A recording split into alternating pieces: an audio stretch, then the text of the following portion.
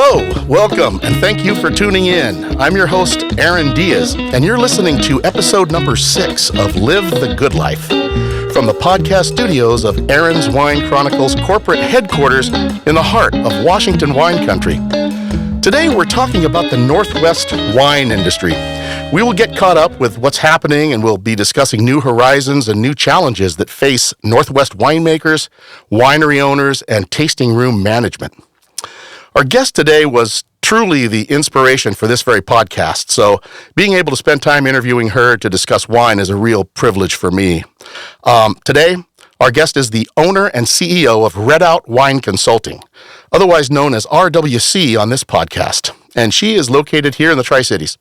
She's an expert wine educator and management consultant. Let's give it up for April Reddout. Welcome. Hey, you like that? I think they like you. All right, yeah. Crowd's warmed up. Yeah.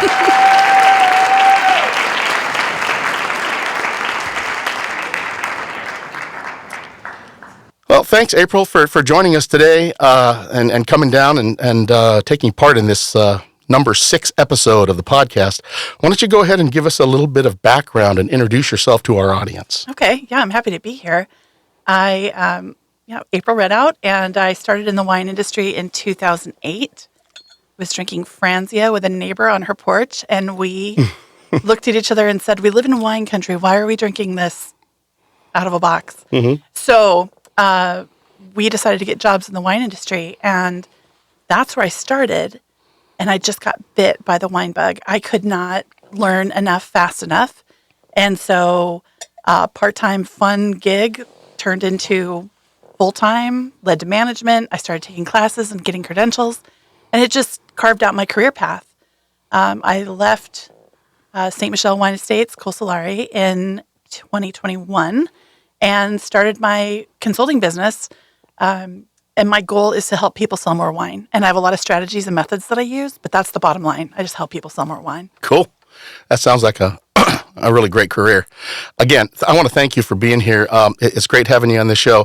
You know, April, we were just chatting before we started recording. We, of course, poured ourselves a glass of wine, and we'll be talking about that in just a sec. But the last time we really spent any quality time together was over some wine and lunch at Bookwalter Winery a few years back, and I was actually doing kind of an informal interview for my website about your startup consulting company at that time. And so I put a little blurb out there on social media when you were just getting off the ground. And I don't know if you recall this, but it was you who planted that seed in my head when you flat out suggested, you know, Aaron, you ought to start your own podcast. And I had never really given it thought, but I knew that podcasts were really kind of rolling. We were starting to take, the world by storm. And you really have no idea how influential your words have become. And so now here we are. We're sitting in my brand new studio, enjoying wine, and we're doing episode number 6. And it's taken me a couple of years to get the infrastructure together and to do it the right way. You know, I wanted to do it more professional studio-wise. I mean, you hear about Joe Rogan and you hear about Howard Stern, and now there's Aaron Diaz. I know. But, perfect trio. Before we really get started in this, I just want to say cheers. Cheers. And a little bit about this wine that we're drinking. You know, it is a tradition on Aaron's Wine Chronicles to do this, right? Well, I think that's very civilized to drink some wine while you're talking about wine. Yeah, exactly. So this is a 2015 Reserve Cabernet Sauvignon from Savaya Cellars. And the winemaker is Richard Funk. And they have a line of many, many great wines out there in Walla Walla. For sure. And so, yeah. Well, you saw my face light up when you showed me the bottle. Yeah. I'm a big fan. It's real tasty. Anyway, it is. It's beautiful. I cannot tell you how grateful I am that we had that little chat back at Bookwalter a couple years back. So thank you very much for that gentle nudge. You're welcome. You're welcome. That's what motivates me, is that I want to make an impact for my clients and my colleagues and the industry. So it's really rewarding to hear that this is taking off for you. Well, I hope so. And I've known you for a number of years. And I'd like, but our audience may not know you. And so I'd like for you to kind of tell your story. How did you get started in wine and then quickly become a really, don't be humble. I mean, because you've become a well-known, well-respected expert in the Northwest wine industry. And can you just tell us about how that transpired? Thank you. that is humbling, and I appreciate it. I really feel like things took off when I started directing the wine program at the Walter Clore Center in Prosser. And that's how we met, you and I, because you would come in as a consumer, taste wine. I think you were a regular. You were there because we changed the lineup every month. And so you were one of our frequent customers. So the Clore Center was a fantastic place. And that's where I built my network. And I think I just became so connected to everybody because I was truly interested in what they were doing, who they were, what their story was. I was so excited to be a part of the industry. Now, I should back up. After that day on the porch with the Franzia, I got a job at Heaven's Cave Cellars, which was a sister winery to Alexander and Nicole. Okay. So Allie Boyle hired me and trained me, and I owe a lot of my hospitality expertise to her.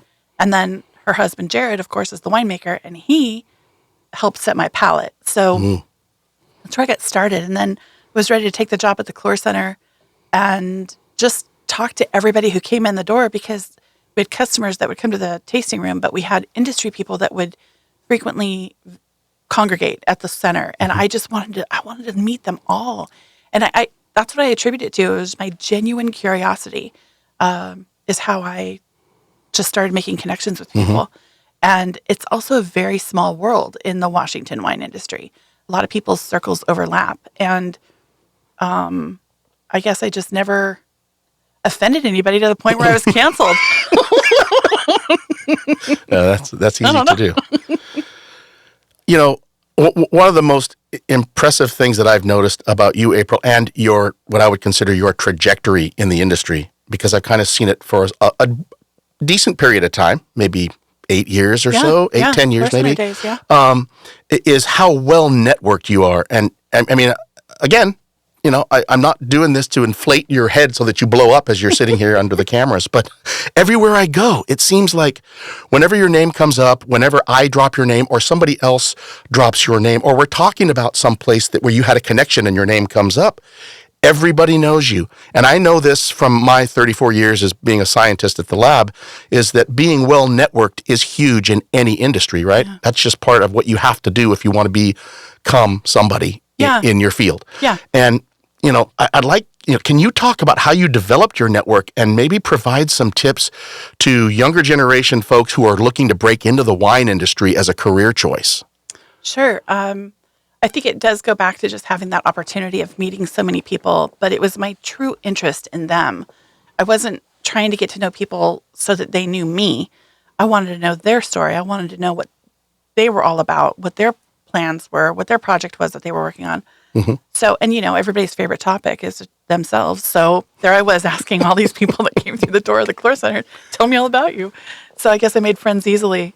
As far as giving advice to young people that want to start in the wine industry, again, I only know my experience, but there's a few things that I could say never do. Never show up as the first person to an industry party, and also don't be the last one, right? You can be the first one or the last one, or to leave. Yeah. But, you know, watch your consumption when you're at industry events, because that's a mistake that a lot of young people, or new people, I shouldn't say young people, but new people in the industry, they're just like kids in a candy store. And that would be one bit of advice. But just, I would also just say, like, take every opportunity to learn from anybody that's willing to share their wisdom, expertise, experience with you. Because you just never know when that connection or that bit of knowledge is going to come in handy for you. And just say yes to all the opportunities that come your way, because the industry is such a small group of people. You just never know when that's going to circle around and benefit you. So say yes to everything, except being that guy at the party. For me, you know, I've been invited, I think 2 different occasions to be at an industry gathering, but both times I wasn't able to attend those. But I have gone to industry events where I've been invited. Maybe, you know, Red Mountain AVA invited me to an event in Woodinville. I went, and you know, the hard part is, you know, you get into it and you want to taste the wines. You want to go, because some of these wines are not available, and they're only available at these types of events. You know, some of these places don't have tasting rooms, and you know the whole drill. Yeah. And so I don't want to pass these up. So it is hard to moderate yourself when you are, I mean, when you're somebody like me, you are a kid in a candy store. Yeah.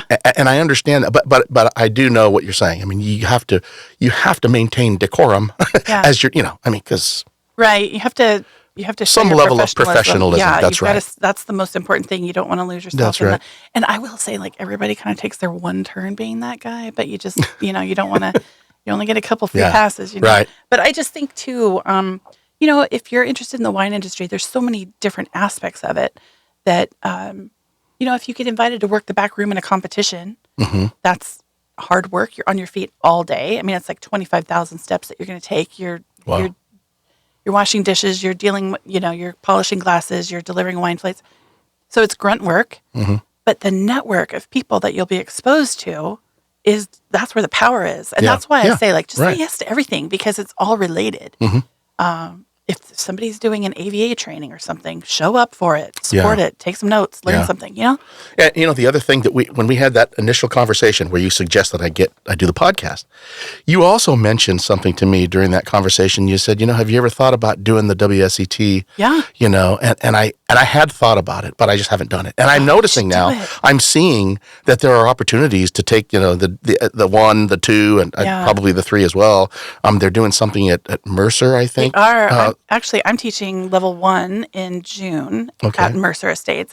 And level 1 is, you want me to go into the detail about that? Sure. So level 1 is meant for people who are really kind of new to wine, maybe hoping to get a job in a tasting room.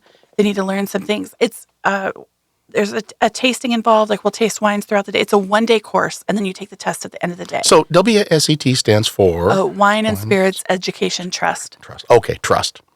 And so the level 1, we go through some tasting. We go through evaluating some wines. We do a food and wine pairing to help illustrate, the rules of food and wine pairing. It's just a nice primer. Anybody who works in a tasting room and has worked there for like at least 6 months, they could probably just start with level 2. Level 2 is more advanced. It's a 2-day course, but the intention is they send you the books. You're supposed to read everything and do the workbook before class. And then the 2 8-hour classes are meant to just review and get you prepared for the exam. That's good to know. So it's really, and level 2 goes into more detail about wines that grow together in different places in the world, like what grows where and why. And then they go into a deeper level of evaluating a wine during a tasting. So cool. It's really great credentials. It does. It gives you a little bit of credibility because it shows people that you've been willing to take the time to formally educate yourself instead of just guzzle down wine after wine and think you're an expert. I mean, it forces you to do some sort of formal training, right? Yeah, and it gives you a better perspective on worldwide wine. And I think that's really important for people who work in tasting rooms because we do get so many visitors from around the world who expect tasting room attendants to be knowledgeable. And so you can have that conversation about wines from Spain, wines from France, wines from Germany. But that's got to be hard for your average tasting room employee who doesn't necessarily have the mechanisms to be able to travel a lot because they're usually working the hours when the wineries are open. And you know what I'm saying? Unless they take vacations and they travel a lot, it's got to be hard to be able to build up that experience and understanding of wines outside of the region that they're in. Yeah. It's a challenge, at least. I mean, that's what WSET provides. It really, or WSET, you can say it either way. But yeah, I think it's a great program. And there's I don't know how soon this episode is going to be live, but level 2 is being offered at Mercer in mid-March. And Mimi is teaching it. Mimi Martin, who is, you ask anybody that's gone to WSET, and they've had Mimi as an instructor, it's like she's celebrity status. People talk about her, they just light up. I love Mimi, I love Mimi. So the people that are presenting and instructing are just top notch and really know their stuff. And I just can't recommend it highly enough. Cool. Yeah. That's good to know. Well, I have to say this, what you did in getting your consulting business off the ground, actually starting it and then taking it to where it is now. And I'm sure there's still more growth that you're going to be experiencing in the next few years. But what you did took a lot of courage. I imagine there were a whole set of risks and stresses involved that were really challenging. I mean, I personally don't know how I would have handled not knowing when my next I've been working at the lab for 34 years. I've had a paycheck every single month for 34 years without worry. Yeah. And, when you start a business and, you were in transition and you were doing that, not knowing where your next paycheck or when it was going to come and how the business was going to grow in order to, satisfy your lifestyle and the way you were, that in and of itself is enough to get 95% of the people to say, oh, I would never do that. It's too risky, right? Yeah. But I have a ton of respect and admiration for you, April, and the fact that not only did you do it, but you did it good. Thanks. And I know it's been just a few years, now that you've been in business for, like we were talking about before we were recording, about a year and a half, maybe two. Yeah. It seems to me, I've lost, with COVID and everything, and I work from home now, I've lost track of time. I mean, as far as being able to really gauge it better. I don't gauge time well anymore. Yeah. But I will have to say, I'd like you to tell us about Reddout Wine Consulting, how it started, and what kind of services you actually offer for the wine industry. Okay. And yes, I will admit it was very risky to go out on my own. I did that in the fall of 2021. COVID was a lot more of a threat then. And I mean, it was still like more active and impacting our daily lives a lot more. And there were days that I'm like, I know I need to do this. I know I could do it. I know I could make a go of it. And then there were other days that I just asked myself, who walks away from a salaried position during a pandemic, But the way I got my idea for my business is when I was finishing up my bachelor's degree, I had to design a business and do a spreadsheet and show like the profit and loss and the anticipated revenue and the schedule of how it would operate. It was a college assignment. And I thought, well, I know the wine business, so I'll design a consulting business. And that's how it started. And the more I worked on that project, the only way I can say it is like something in my soul just took hold. I just knew that I needed to do this. And then my brain would talk myself out of it, right? Like you're talking about like the paychecks, all the what ifs, the consistency, But that's where the courage comes in. Oh, I mean, it's boy. like, Yeah, I was brave. I was brave. But one thing that I told myself two things. Like on really tough days at work, I would say to myself, if I'm willing to work this hard for myself, I can't fail. Yeah. And then then the backup plan to that was, well, if I do fail, I have a master's degree. I could probably get a job. You're educated. I am. So I thought, well, I'm going to try it. I really just felt like I would regret it if I didn't. Well, but then that thing that we talked about earlier, your network, that really helped out, I imagine, right? I mean, if you only knew three people in the industry, you probably wouldn't be here right now. You have no idea. I regularly celebrate my Clore Center network just coming in clutch for me with third-party recommendations. Awesome. I got onto a Zoom call the other day. I'd pitched my services to this company and logged into the Zoom call, and their winemaker was on the call, and he just, as soon as I joined, he said, April, I'm so glad to hear that we've got you on board. We're so lucky to have your talent and your experience. And I just, I carried his wine at the Clore Center, and Yeah. that validation just comes in all the time. The network is just really powerful, and I'm so grateful on a weekly basis. It comes up and really helps me. So, cool. So how's business going now? Where do you see, the most growth occurring across the various services that you offer? Because I know you offer, services in helping wineries and tasting rooms and wine management teams, helping them market, helping them, make sales, helping them train their people. I mean, there's a whole bunch of things that you do for Reddout Wine Consulting. But where do you see the most growth potentially happening in the near term? For me or for my clients? No, for both. I mean, let's talk about either one. Okay. So business is very good. It's going very well. I love it. I wake up every morning and my first thought is, okay, what am I doing today? And as soon as I realize what my calendar is, I'm happy.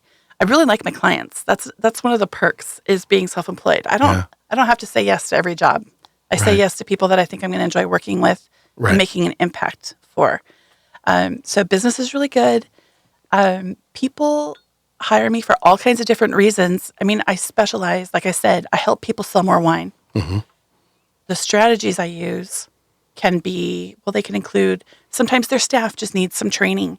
Sometimes they need help onboarding people or expanding their team.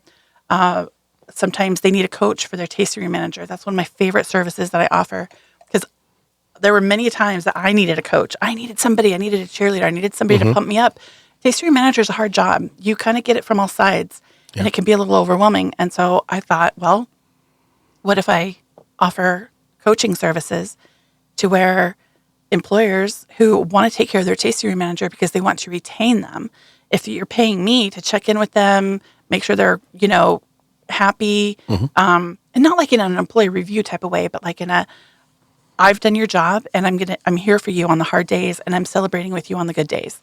And then just some guidance on leadership, because that's what a master's degree is in leadership. So sometimes clients, they know they need help, but they don't know what type of help they need. And if they're brave enough to reach out to me, because usually they don't want to admit what they don't know. So do you do like Gordon Ramsay, where you go into a restaurant and you just sit there and observe, right, for a day or two? You take notes and then you come in and you just whip people into shape? I mean, I am a lot softer than right, Gordon Ramsay. Right. No, I would know that. I love him. I admire him and respect him, but I am not him. But yeah, I can go in and I can assess pretty quickly like what the problem is. Yeah, I have a list that I go in and I can look for, and I can pretty much tell. Like if I go in and just do a tasting anonymously, they don't know. And I've done that too. I've done it. I've How can you do secret that? shopping. How can you do anonymous? Do you put on a wig and I have to go in. Sunglasses and a mustache? I usually take a friend and I don't go in with my wife. I go in with my friend. Right. And I let my friend do all the talking. Like she checks in, gives the name, gives the email. Okay. Okay. Yeah. But yeah, a lot of times, anyway, there was even one time I did a secret shop and I know that you like to go there, and I thought, if Aaron drives up, my cover's blown.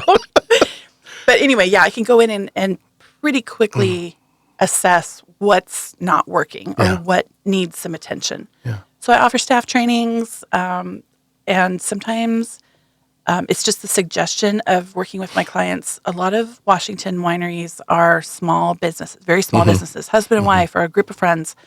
And they've had to do all the jobs this whole time. Yeah. Marketing, accounting, retail, winemaking, everything. They have to do all the jobs. Right. They kind of get locked into that zone.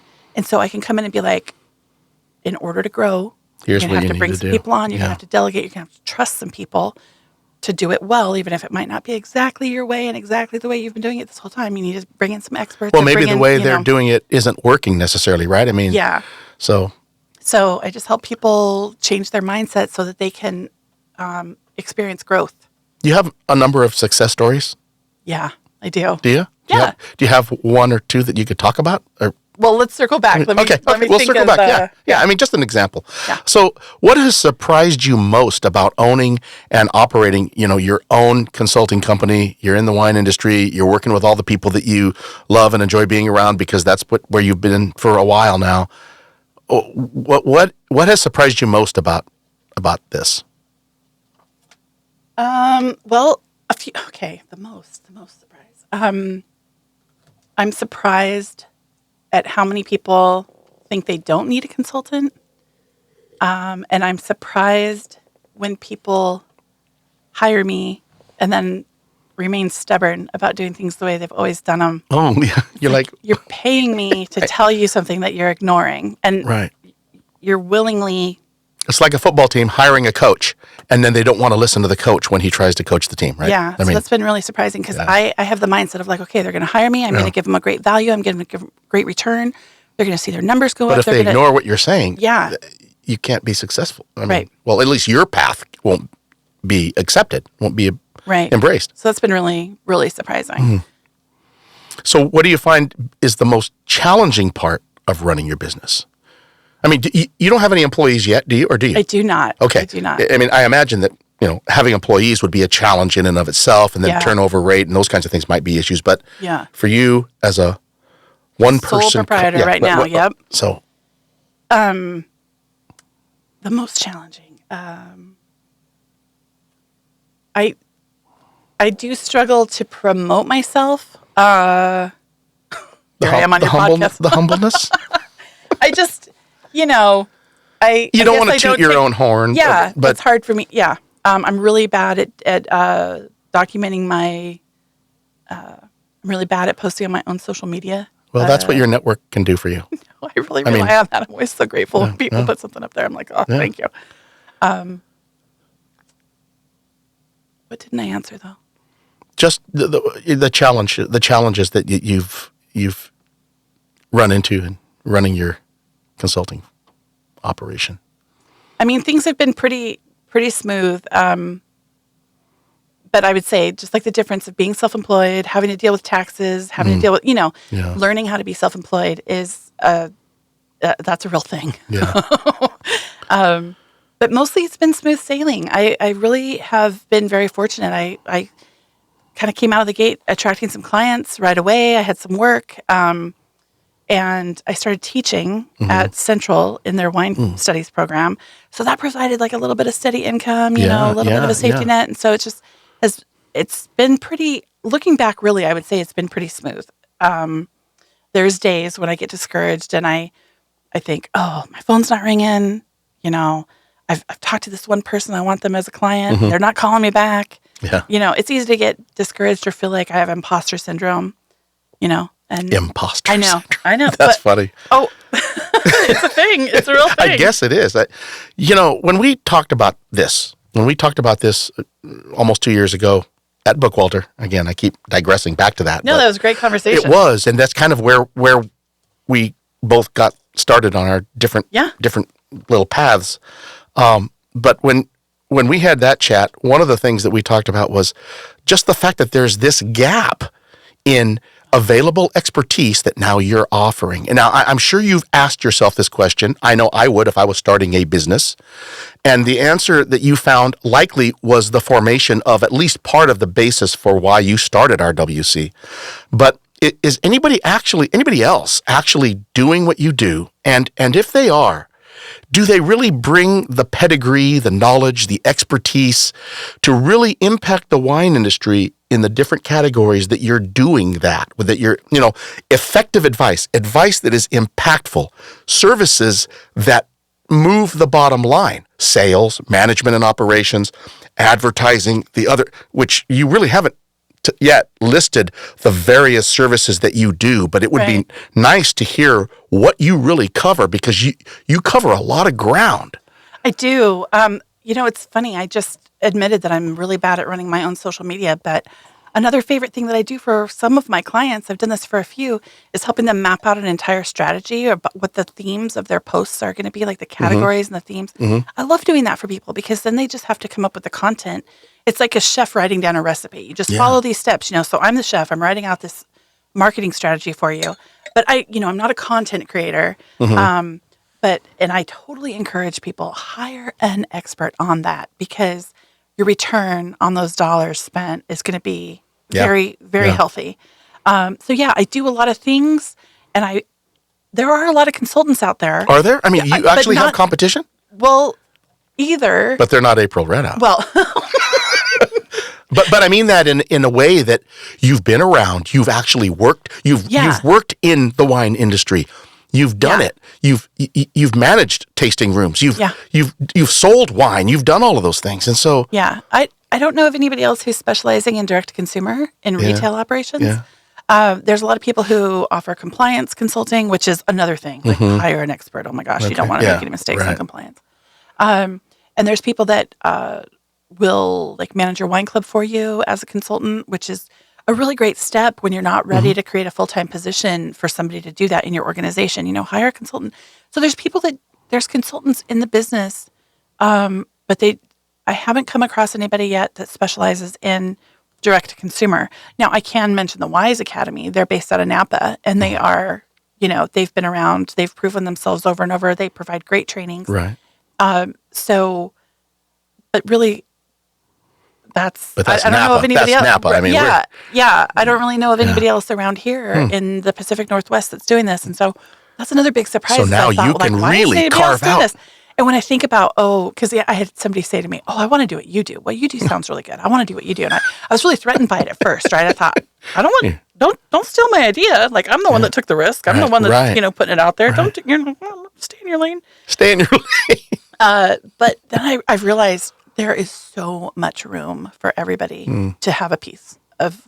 There's just so much demand for training, support, education.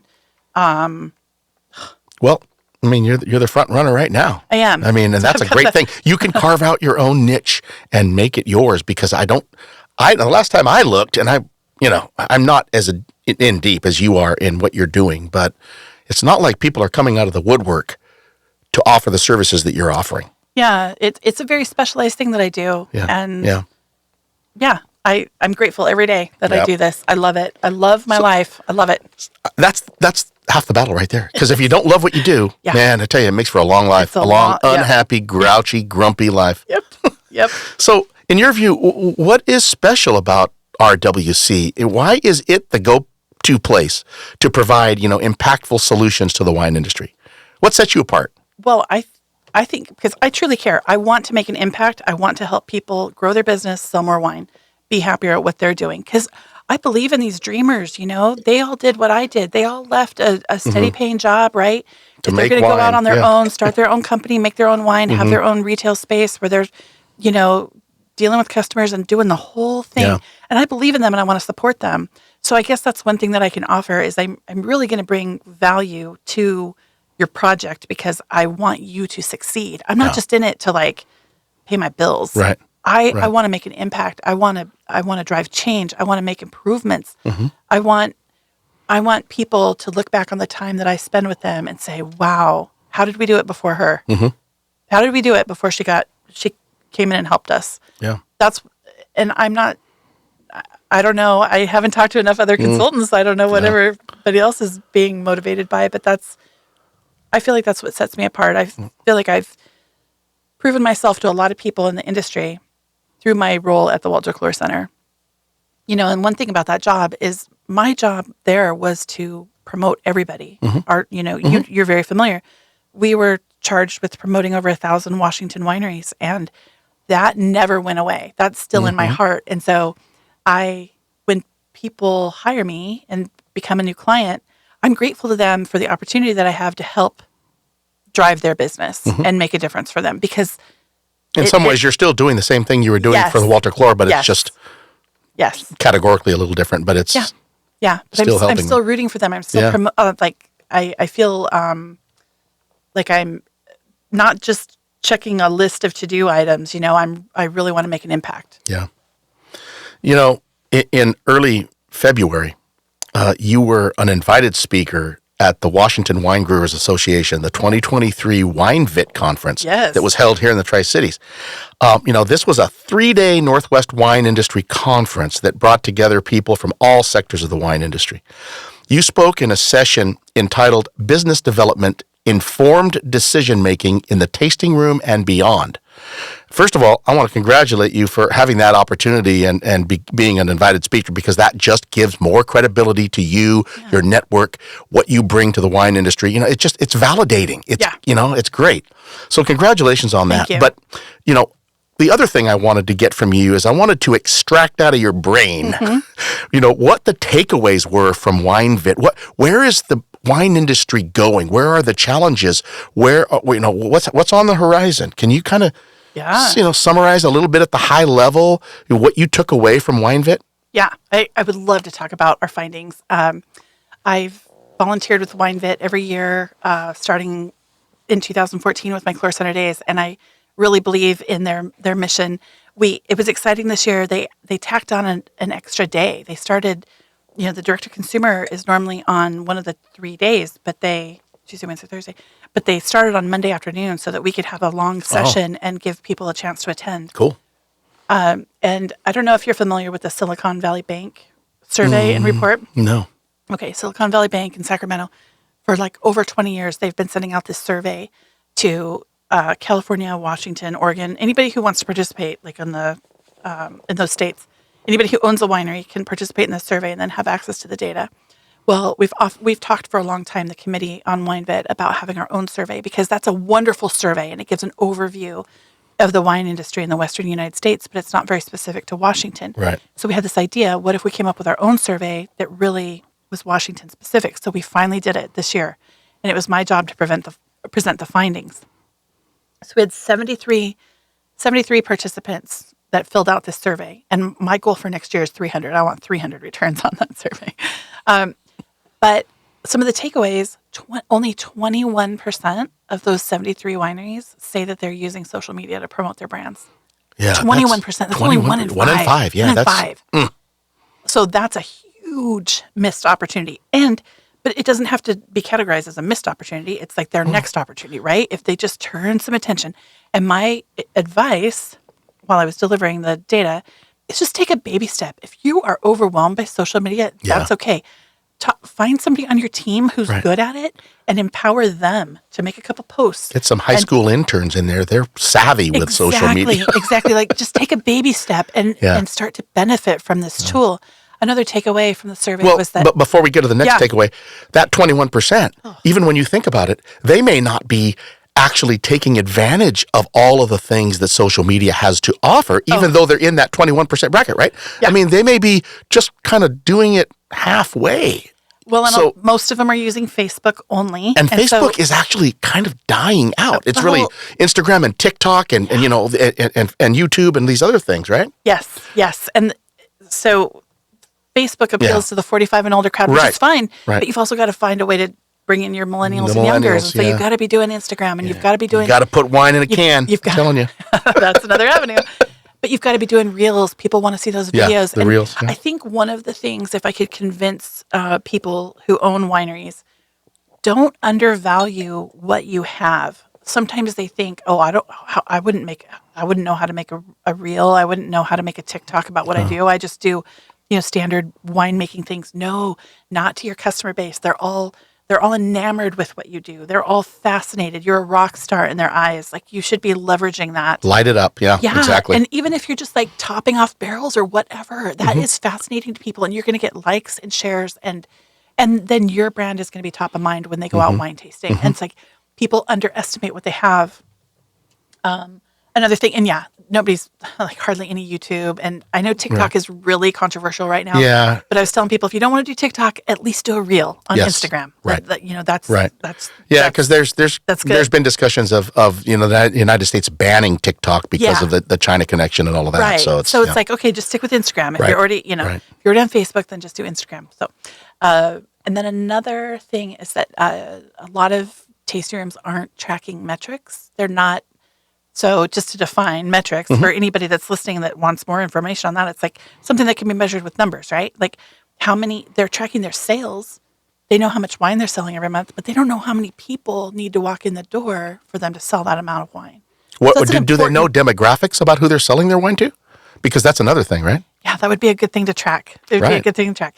But even just taking another baby step, if you're already tracking revenue, track how many visitors walk in your door and see how many visitors does it take to sell $10,000 worth of wine? Is it 500 or is it 50? Like I'm exaggerating to make the point. But exactly. That's an important thing to know about the health of your business. So you can tailor how you function to meet that, right? Yeah. So that really blew my mind is that people really aren't tracking very many metrics that would benefit them.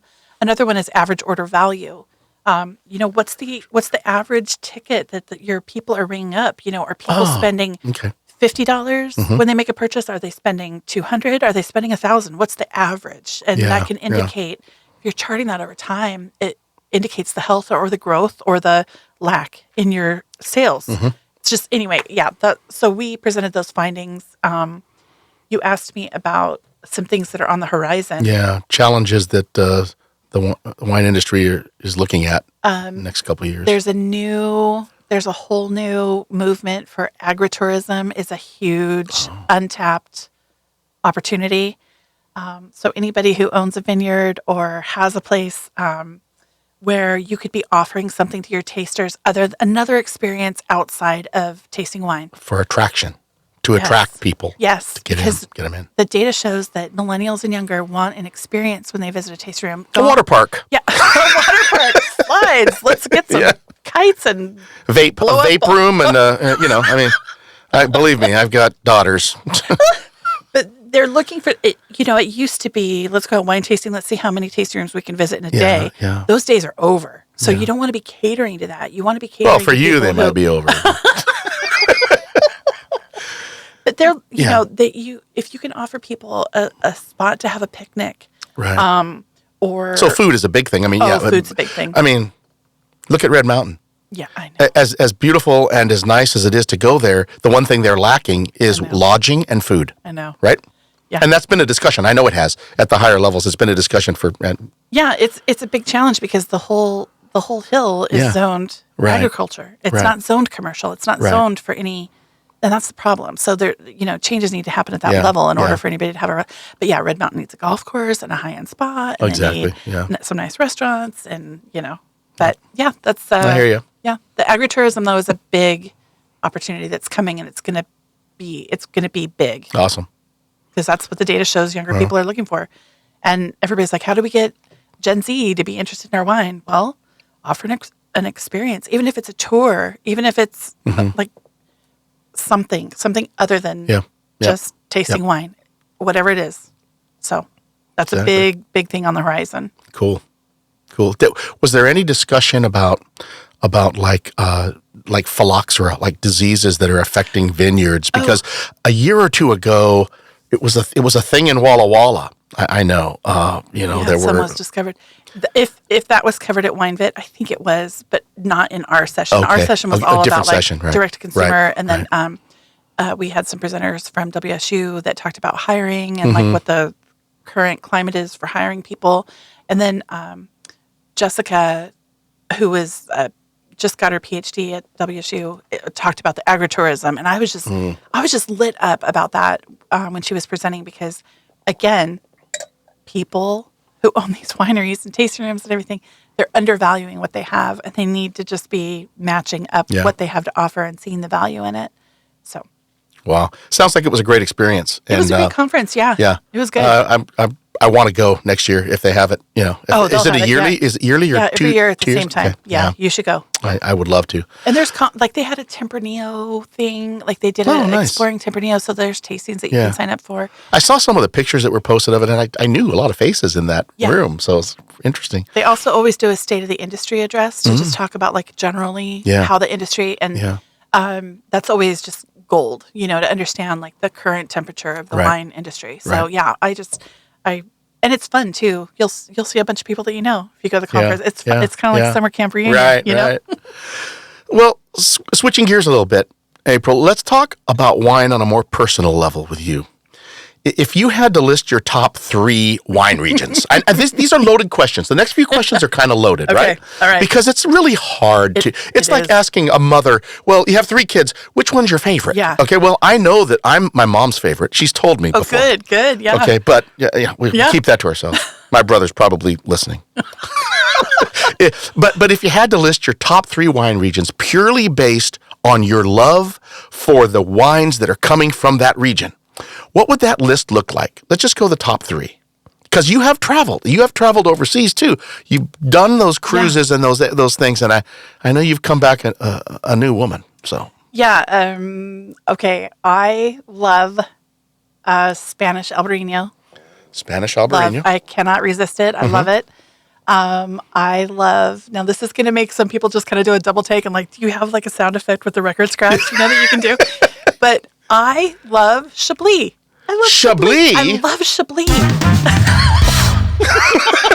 Chablis. All right. I love Chablis.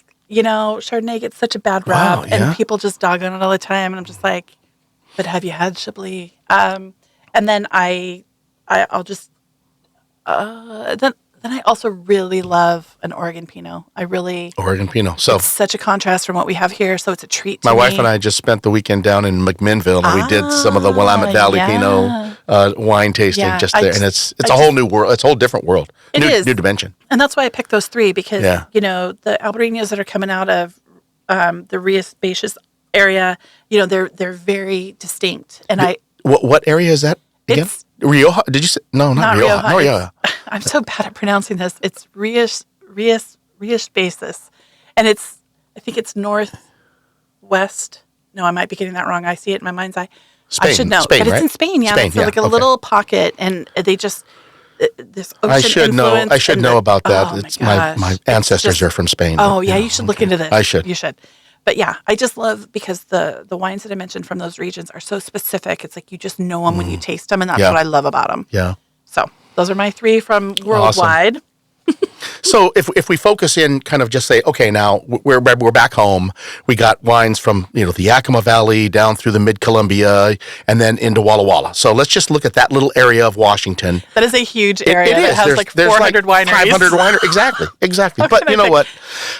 Can you talk about maybe what your favorite varietal might be? Maybe a favorite blend, and it doesn't have to be your absolute favorite because it's hard to have absolutes. It's really like asking is. you your favorite song, right? Yeah, I mean, because it depends on your mood and Depends who you're on the with and whatever. category. Yeah, the vibe. But I mean, if you can give me like one of your top favorite varietals, top favorite blend, favorite winemaker, or one of many, a favorite vineyard, a favorite vintage, that would be nice to know a little bit about what really, gets you up in the morning.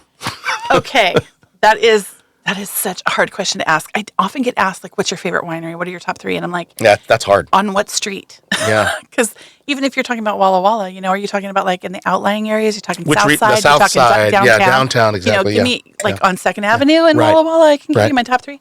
Yeah. But okay, right now I can't get enough. Well, we've been there together. We've run into each other. You know what I'm going to say? Watoma. Oh, I can't Watoma get enough Springs. of that El Prat from Watoma. Yeah. I carried it at the Clore Center. You It's did always carry it. been That's where I yeah. first tasted it. And it's so good. So that's like what I'm kind of rating my cellar for right now. Okay. I love Grenache. Thanks to Jared Boyle, he taught me about Grenache. They were growing it out at Destiny Ridge, and both Heaven's Cave and Alexander Nicole had one, and I just love that silky, velvety texture. It's so light. It's so easy. So I'll always say yes to Grenache. Like I said, I'm a huge Albarino fan. It's easier to say what I don't like. And there aren't many things that I don't like. I'm a sucker for Petit Verdot. Yeah. I buy it every time I go out tasting. If they've got a Petit Verdot, I don't know what it is about it. I What love about it. blends? Do you have a special blend? Sure. I mean, there are GSMs and there's Yeah. all the different Bordeaux. There's I don't know how many combinations of Bordeaux blends you could have, right? I mean, it's like Yeah. Well, even the El Prat is a Bordeaux blend, technically, because it's Malbec and Cab, right? yeah. I don't know. I'm partial to anything Col Solari, of course, like Shining Hill. That's I can't get enough of that My either. brother's favorite. Right? It's What the QPR on that is really I good. know it. I know Because you're getting the quality. You're getting the quality, the value. $100 quality wine or more Absolutely. for the price of a. Absolutely. Yeah. So I don't know. I'm really kind of partial to the Rhone varietals more than Bordeaux, Okay. but it's like a very slight margin. Yeah. So I do love a GSM. Victor Palencia makes a GSM. He makes a great that- Morved too. Just a soul Morved. That's a nice wine. But he does a cool thing where he uses the same percentages of the G and the S and the M every year. It's the same percentage, and then so any differences between the vintages are amplified. Yeah. So I love that. I'm just kind of a sucker for the nerdy stuff and the outliers. But yeah, Grenache is one of my favorite. What about Sauv wine? Blanc. What about winemaker? Golly. I mean, you know how many amazing winemakers I met at the Clore Center? I mean, it's like it's just like anything else, like sports. Like who's your favorite baseball player? Well, hell, there could be 20 of them because Right? over From the which years, or team, 30 of them, right? So, yeah. But I mean, if you had to name one or two or three, a couple that really resonate with you. Well, I mean, I've already mentioned Jared. I mean, he did so much. He would pop down to Heaven's Cave and be like, "Hey, do a mix of this and a mix of that. What do you think about it?" And he taught me how to really think about wine and really analyze. So he's one of my favorites, and I love their wine. I love Jessica Manel. I love as winemakers. Jessica, yeah. I love Shay Frechette and Greg and Shay are amazing people. They're great winemakers. Talk about a fun experience going to their place. I also love Codin. He was at, I love his wines. Yep. Oh, I love his wines. Been there. Love what they're doing out at Treveri. Also excited about what the folks at Tiridas are doing, the new sparkling place in Prosser. That is just so hard for me to say a favorite winemaker. How about vineyard?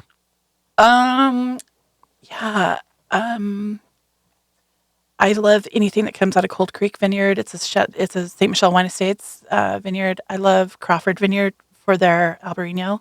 I actually got to do a tasting with Great Northwest Wine Magazine. We tasted only Albarino one morning, and all Did you get some of Victor Palencia's Albarino? He had. Well, I can't remember all the Oh, participants, okay. but what I remember the most is all of the wines that scored the highest were all from Crawford Vineyard. Oh, Every single one of them. interesting. Yeah. So Crawford is a standout. So that's the thing. If I see some of those vineyards listed on a bottle, I feel like I already know what to expect. Heart of the Hill, Kiona's vineyard Yeah. that butted up next to Colsolari. We'd take people on the tour and talk about Heart of the Hill and all that. Yeah, I just Have you had any force majeure wines? I have never had their wine. Oh, you've got to. I've never had their wine. That's one that always comes up on my list What as is being like happening? top 2 or 3. How I mean, have I never Todd had those Alexander, the winemaker. Yeah. They're on state line down there in Milton Freewater. They're on the Oregon yeah. side, but Yeah. he has the grapes there above Colsolari. He's got that vineyard there. Right. Yeah. Oh, and then he's got the vineyard down said there. where they said in south. vines wouldn't grow. That's Yeah, the thing. Everybody yeah. thought that Colsolari had climbed to the top If of you haven't had Plantable their Red Mountain. wines, I should have cracked Never had open. their wine. I should have cracked open one of them. They had a 100-point cab that came out last year. Next year and a time. half. Yeah. We'll bring the wives. Oh yeah. But also, I should mention Ray McKee. He was Ray He from was Troth. a winemaker. Yes, Yeah. He's doing great things. And gosh, Yep. Justin Michaud from Coyote Canyon. Yeah, Justin. I mean, now that I start thinking about it, I just when I see these, There's too many. I apologize that's for the asking thing. the question. It's but just I like see him, and I'm happy to see him. I'm glad to Kyle Welch from Longship. I mean, I got to mention him. Gosh, they were so fun to support at the Clore Center. I mean, yeah, I really could write a book about like, this is what I love about these people. This is what I admire about these people. This is, maybe that's on the horizon. Writing a book. Yeah. So, I don't know what your skills are with regard to cuisine and cooking and those kinds of things. I do know that you're a real wine expert. My question is, when you're at home, or when you're having a party or a gathering or something, do you ever put together any appetizers or hors d'oeuvres to pair with the wines? And if so, is there any special, really delicious appetizer that you typically like to make when you have your friends over to enjoy wine with? Something I did recently that was really fun was a high tea sandwich. You make the little finger sandwiches, right? Cut the crust off and everything. And it was goat cheese and date jam and pecans. Oh, The man. date jam. That cheese jam combination, right It's alone, like savory is and just sweet and oh my gosh, and then nutty, earthy. Oh, that was good. And I actually made a couple of those sandwiches because we were tasting just one producer's wine, and I had some friends over to help. And I wouldn't call myself a food and wine pairing expert. I know the rules of it. I teach it in WSET. Yeah. I know what works, but I don't have any go-to that I can recommend. But what I do like to do is debunk the myths about, and that's something I spent a lot of time doing at the Clore Center, is, like that old adage that white wine goes with fish and red wine goes with meat. It's like it has nothing to do with the protein. It's all about, now here's where I can get Gordon Ramsay on you, is it's all about how it's prepared, how it's seasoned. Because like, let's take salmon. It depends on, is it blackened? Is it Cajun? Right. Is it with pesto? Is it with a creamy garlic sauce? Is it just lemon butter, whatever. Butter? Yeah. Like all of those different things are going to drive the pairing. And so that's my favorite thing to talk about with food and wine pairings is like, you've got to understand the mechanics of it. And then you can have a lot more we should success. save some things to talk about on a future podcast Follow-up pod. because pairings and that kind of thing are real big on Live the Good Life podcast, right? I mean, it's a big component. So let's save that for another time. Okay. All right. So if you didn't just recently own and start operating your consulting firm, what would you be doing? Well, boy, it got silent there for a second. I have this sound effect of crickets. I was about to play that. Well, I was going to make a joke. I would be a full-time chicken farmer. I've got these 14 chickens, and I am a I've chicken seen farmer. Your posts. Yeah, I love them. I think they're the coolest thing. But I would be. Gosh, this is like feels vulnerable to say it. But when I was in grad school, I became aware of a C-suite opportunity that I would just love if it ever came my way. There's, bigger organizations will hire a chief learning officer to drive the ongoing education for their employees and their organization. And if I wasn't self-employed and doing what I love, I would pursue a chief learning officer position / That's interesting. chicken farmer. Yeah. Slash chicken farm. Because I really do love to teach. Yeah, I love to. yeah. I love to see And people you're a have people that moment. person. You're not an introvert by any means. You're. I'm a highly social introvert, actually. Oh, really? Yes, true. You'd have a hard time convincing me of that. But. No, well, I define that by extroverts get their batteries charged being around people, and it actually does. I need to be alone to recharge my batteries. So I'm a highly social introvert. Yeah. Okay. That's a side though that I haven't seen. Yeah. Because when I see you, you're always out. We're out in some sort of form or fashion. Right. I'm always on. So, okay. What are you most looking forward to in the next 2, 3, 4 years, personally and with the business? Personally and with the business. Just growing my client base to where it'll be a nice milestone for me when I help a winery and then they circle back and say, okay, we're ready for the next level. That'll be really rewarding. What about hiring? I mean, is hiring something that you're looking forward to in the next few years? Yeah.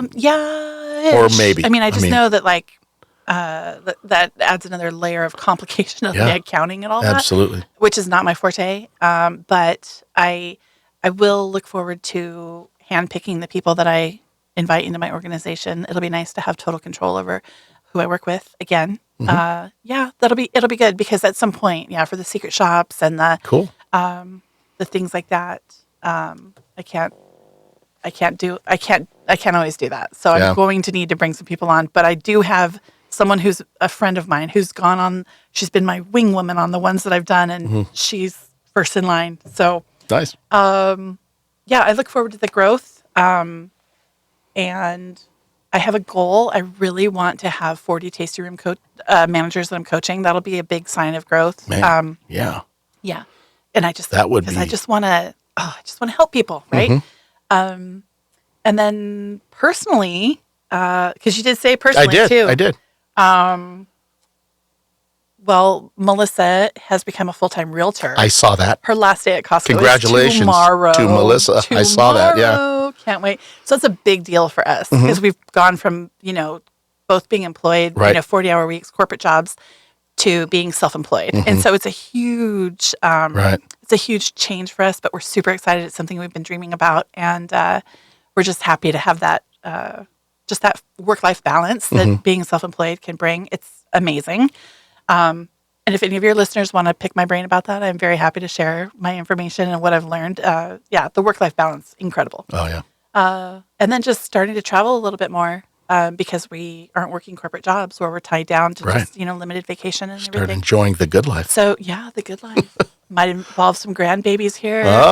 Maybe. There you go. Well, you'll have to update us the next time you're on the podcast. I will. So just all the good life things. Yeah. Awesome.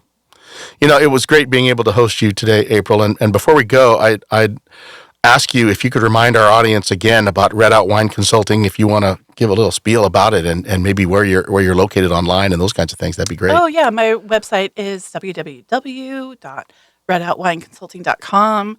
I have a newsletter where I just really try and share leadership concepts and give news about the industry. I would just say, don't be afraid to contact me. I understand that it's very vulnerable for people to admit that they might need some help in pursuing their dream. And I'm also pursuing your dream. Like, I'm right there with you and I want to help. There's no ego or no embarrassment or no, That's enticing for a person who's going to invest, for somebody who's on the fence and just thinking, should we call her? Like, should we tell her what all of our problems are? It's okay. Like, and some of my clients even ask me, they're like, you're a really good therapist. What's your copay? So there's that side benefit. Well, now too. You know why I used to go to the Core Center all the time. I needed my weekly therapy. Yeah. So that would be my thing. It's just, Awesome. Well, April, I'd like to thank you again for joining us on the Live the Good Life podcast. And that's all we have for today's episode. Again, for more of Living the Good Life, you can find us on Instagram and Facebook at Aaron's Wine Chronicles or online at aaronswinechronicles.com. And for a video podcast version of this episode, visit my YouTube channel at the @ Aaron's Wine Chronicles 6666. So for our next episode, my brother Adam will join me, and he'll be back in the studio with me. We'll be talking about marinating and grilling USDA prime ribeye steaks. We'll be sharing some delicious marinade recipes and be pairing our steak samples with some fantastic wine. Stay tuned for that. It's a must-see episode. So thank you all for listening. And remember, wherever you go, whenever you can, always live the good life. Until next time.